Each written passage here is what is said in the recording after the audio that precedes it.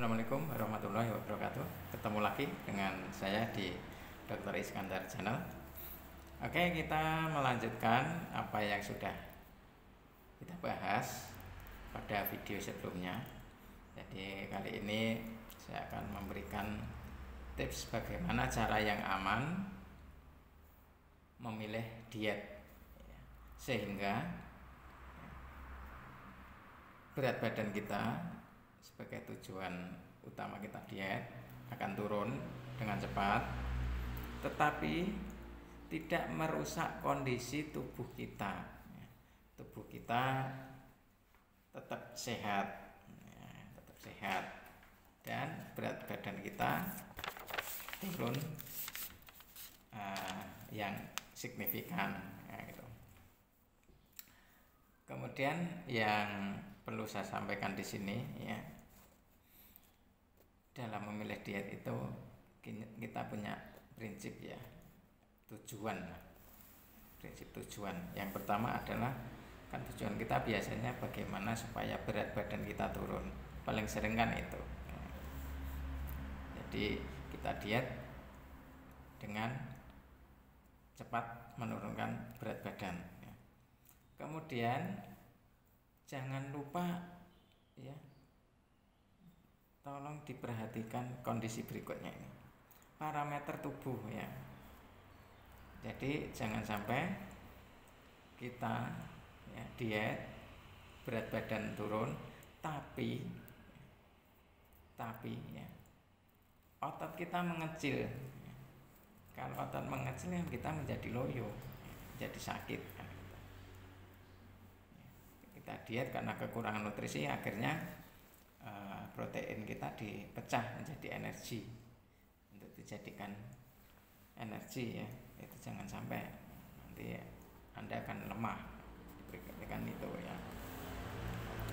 Kemudian prinsip yang berikutnya adalah kita tidak ketergantungan obat, ya.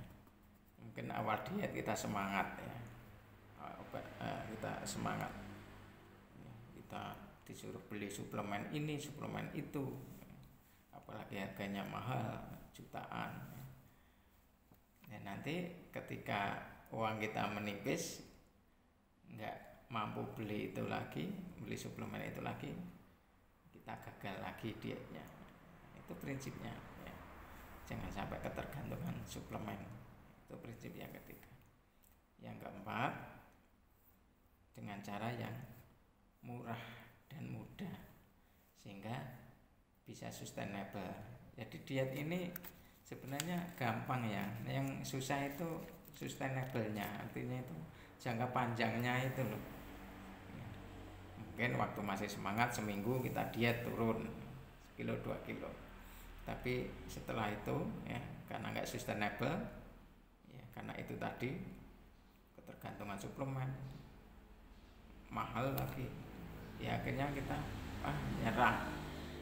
Nah, itu jadilah gagal. Kemudian saat diet malah kondisi tubuh kita buruk, ya, kesehatan kita menurun, ya. Itu jangan sampai, ya, gitu. Jadi prinsipnya, ya, ada 4, ya. Yang pertama adalah tujuan kita tercapai, yaitu menurunkan berat badan, ya, tercapai. Yang kedua, parameter laborat kita membaik, ya, artinya harus dicek apa itu gula, trigliserid, HDL, LDL, HbA1c. Maka ketika menjalani diet, tolong ini dicek rutin, ya. Jangan sampai kecolongan, ya. Ini parameter metabolik kita, ya. Kemudian yang berikutnya adalah kita tidak ketergantungan suplemen tertentu, ya. Ya, suplemen tertentu, ya, mungkin suplemen bisa mungkin di awal-awal adaptasi, ya. Tapi kalau itu keterusan, ya jangan, apalagi harganya mahal, sebaiknya jangan.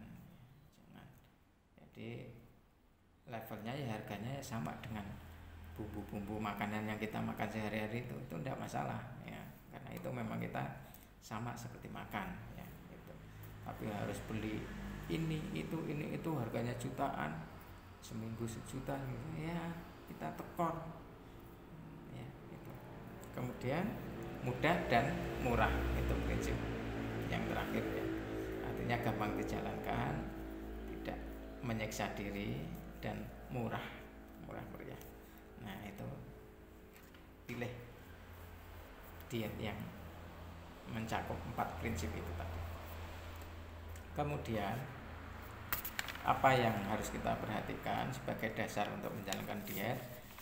Yang pertama adalah pahami nutrisi ya. Insya Allah sudah saya bahas ya di video sebelumnya, silakan ditonton lagi, linknya saya taruh di deskripsi ya.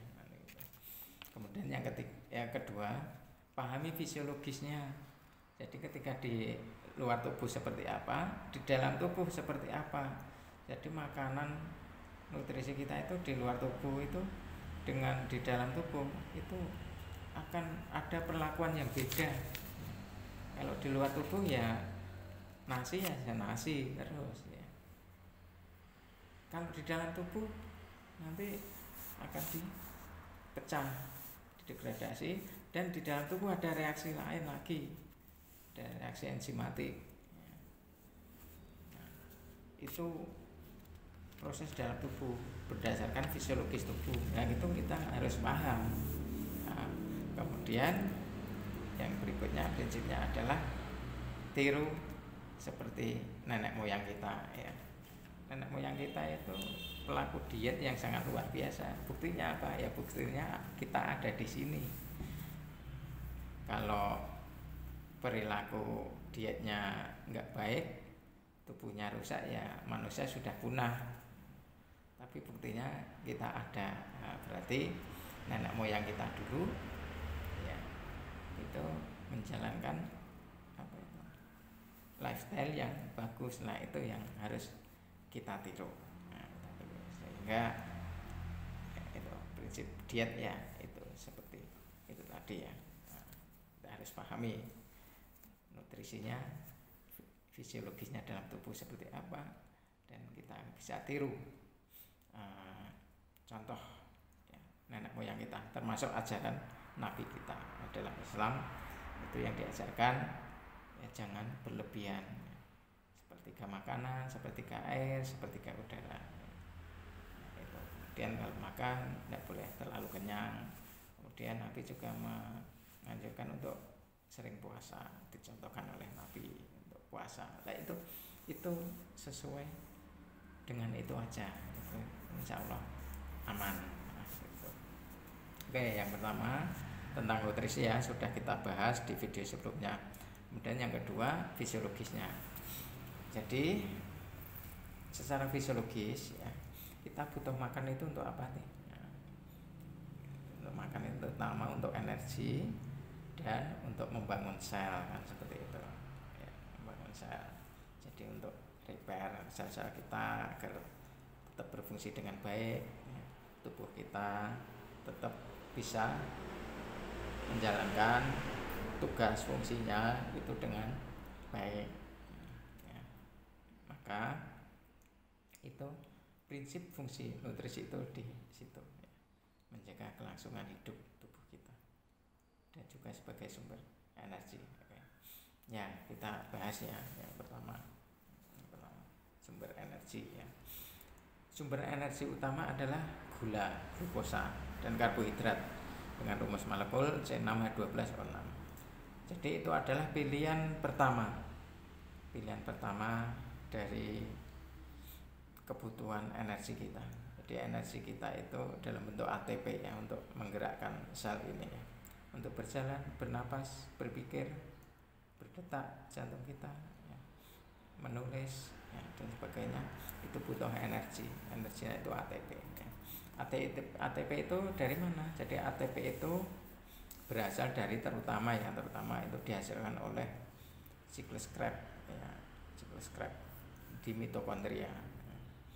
Nah, untuk bisa masuk siklus Krebs itu butuh substrat namanya asetil-CoA. Asetil-CoA ini bisa berasal dari karbohidrat, lemak, protein. Ya.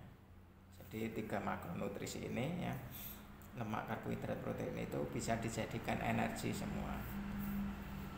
Jadi jangan hanya berpikir energi kita itu hanya dari nasi, karbohidrat, gula, enggak. Semua bisa, lemak bisa, protein bisa.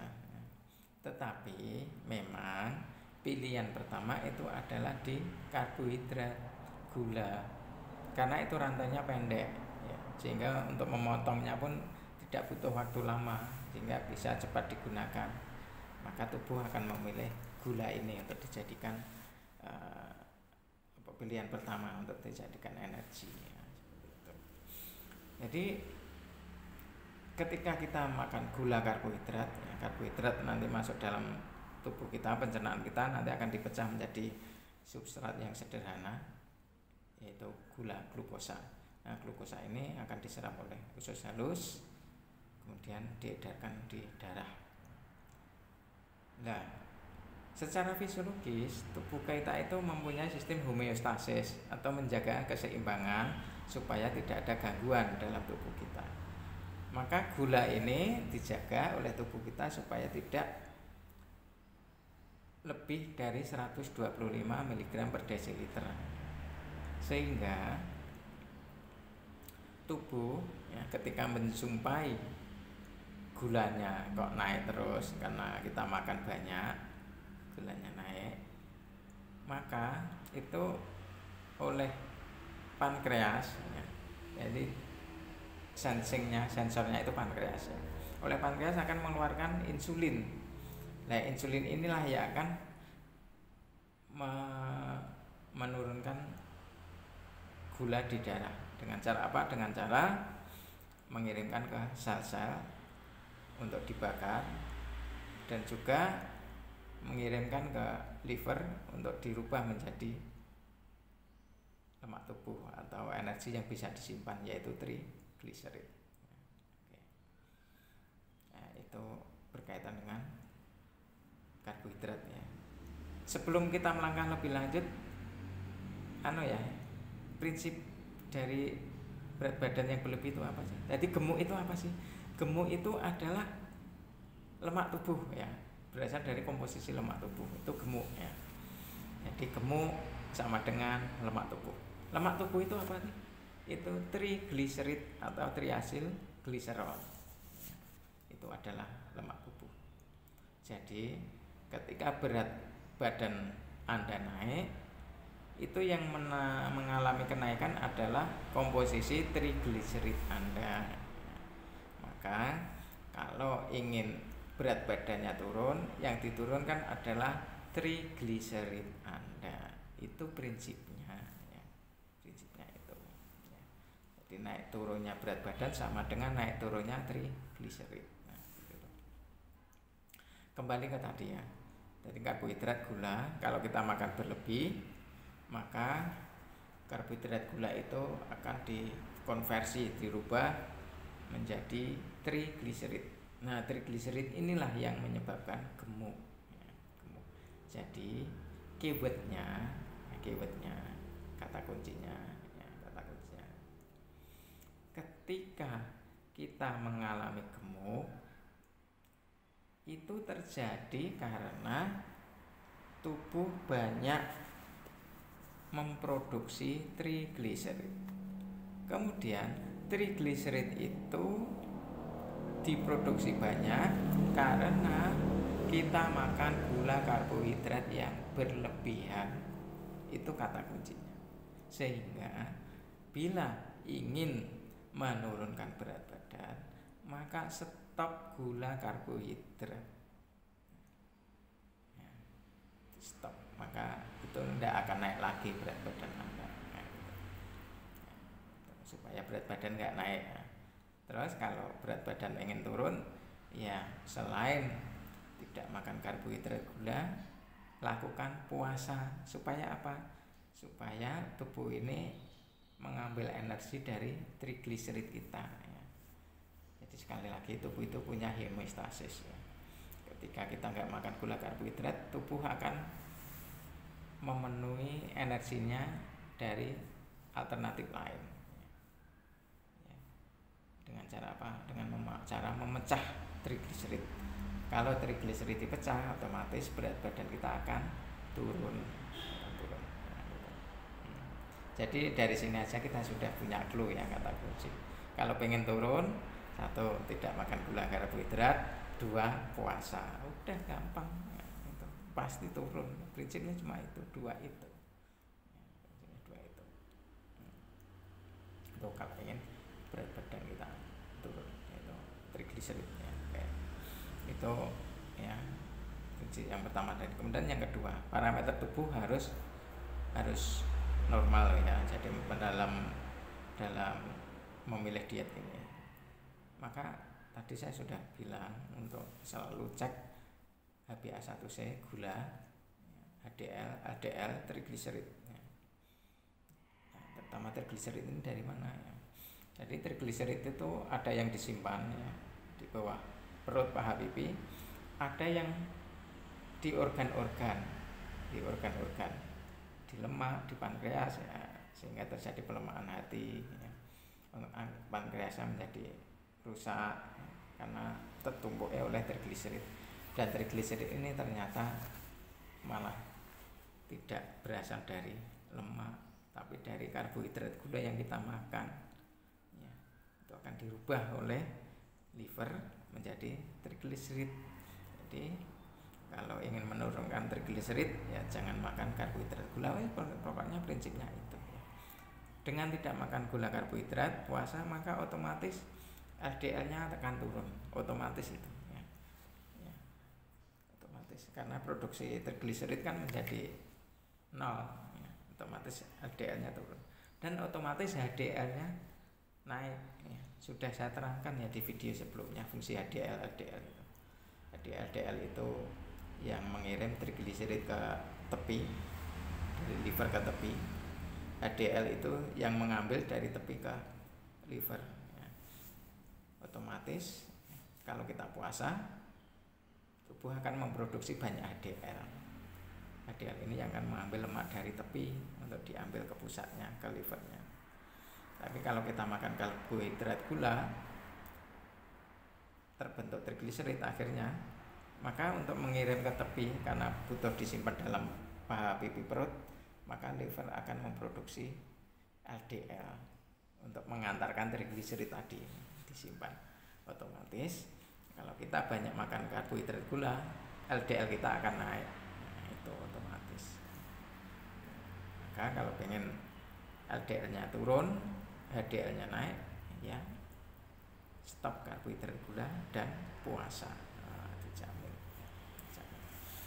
Maka nanti bagi Anda yang ingin diet sehat, berat badan turun, parameter metaboliknya bagus, ikut di programnya Mutiara Sehat ya, program diet sehat tanpa obat.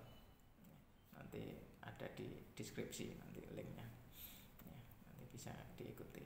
Ini murah itu ya, murah. Kalau hanya turun berat badan saja ya cukup murah itu.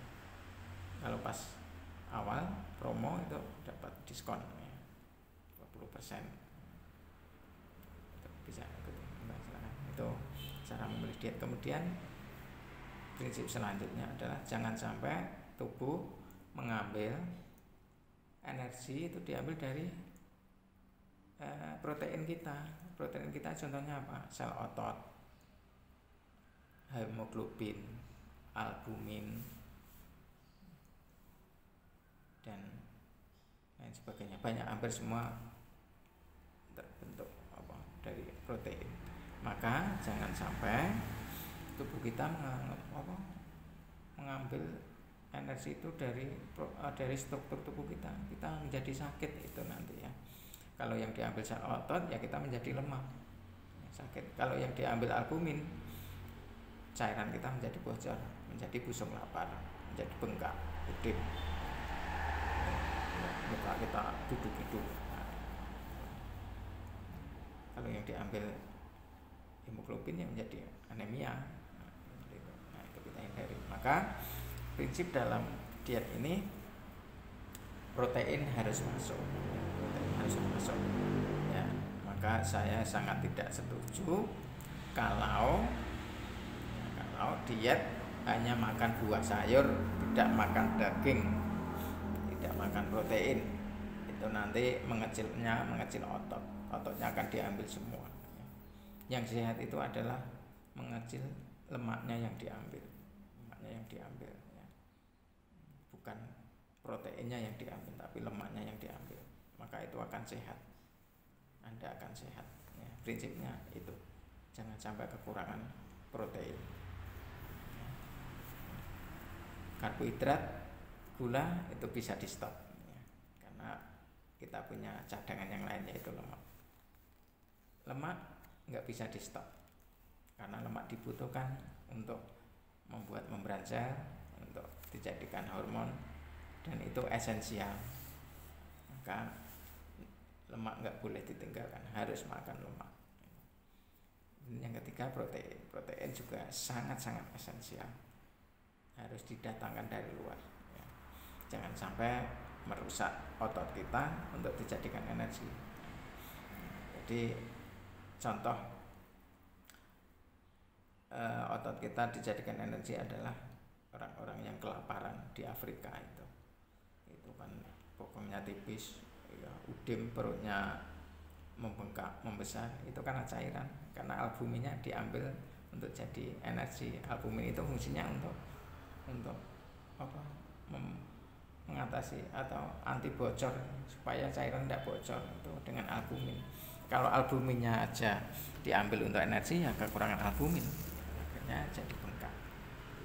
Kemudian prinsip selanjutnya air tidak boleh kurang, dan juga elektrolit ini juga penting, tidak boleh kekurangan elektrolit. Maka dalam sehari-hari ya, kita harus cukup garam dan air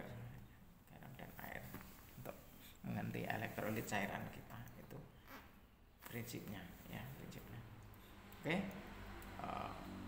Teman-teman, itu yang saya sampaikan, mudah-mudahan bermanfaat ya. Nanti video ini bisa diulang-ulang kembali. Sekian, assalamualaikum warahmatullahi wabarakatuh.